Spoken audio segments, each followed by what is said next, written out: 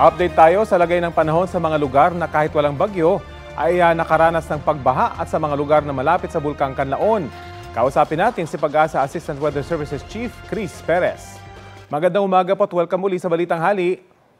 Magandang umaga, Rapi, at sa lahat po na ating mga taga-subaybay. Opo, wala pong bagyo pero may mga pagbahang naranasan sa ilang bahagi ng bansa gaya po sa Tagkawayan, Quezon at Camarines sa Norte. Hanggang kailan kaya yung mga ganitong panahon? Tama po, Sir Rapi, no? Sa ngayon kasi may umiiral or apektado ng shear line itong ang silangang bahagi ng Central and Southern Luzon area. So, hindi lamang yung mga nabanggit yung lugar, kundi we're looking at the possibility of ilang bahagi ng Isabela, Aurora, Quezon, and parts of Bicol region na patuloy pa rin makakaranas na ng mga pag-ulan over the next 3 to 5 days.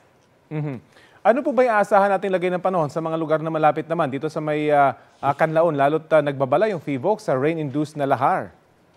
Well, sa ngayon po, bagamat hindi ito apektado ng shear line, pero asahan pa rin po natin na from time to time, posibleng makaranas ng mga pag-ulan yung mga lugar na malapit po dito sa Kanlaon area. No? So magmatsyag pa rin po sa mga kaganapan weather-related at patuloy nga makipag-ugnayan yung mga kababayan natin sa kanilang mga LGU at local DR officials para po sa mga posibleng disaster preparedness and mitigation measures.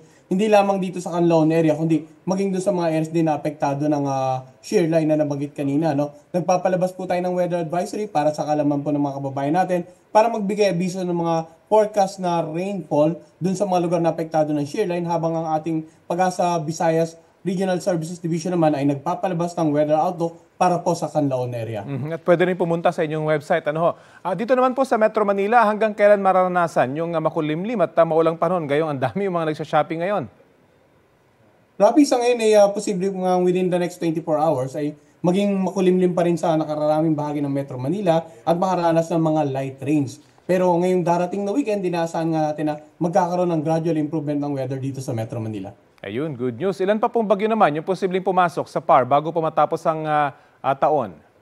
Well, we're looking at either isa or hanggang dalawang bagyo po ang mamonitor natin bago magtapos ang taong 2024. Meron pa ba tayong impormasyon o paon ng impormasyon? Kasi usually pag December, malalakas yung mga bagyong pumapasok sa Pilipinas. Madidetermine ho ba sa ngayon yon?